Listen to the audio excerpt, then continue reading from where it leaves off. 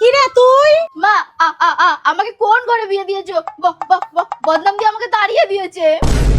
মানে যা খুশি তাই নাকি? তুই এখানে এসে বস, তারপরে বল কি হয়েছে।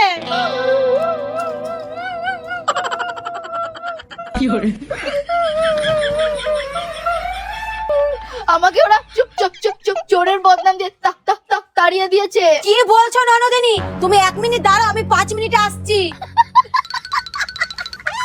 তুই বল কি হয়েছে।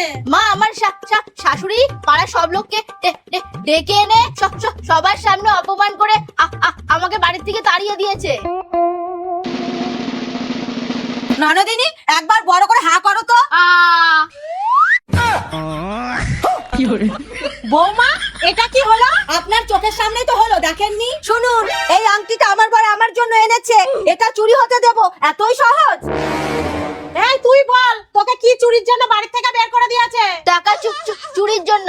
শাশুড়ির ব্যাগ থেকে নাকি 5,000 টাকা চুরি হয়েছে। মা মিথ্যাবাদী দেখেছি, কিন্তু আমার শাশুড়ির মতো মিথ্যাবাদী আমি জীবনেও দেখিনি। কেন? সত্যিও তো হতে পারে। আরে ওনার ব্যাগে ছিলই 2,000 টাকা, তাহলে মিথ্যাবাদী না?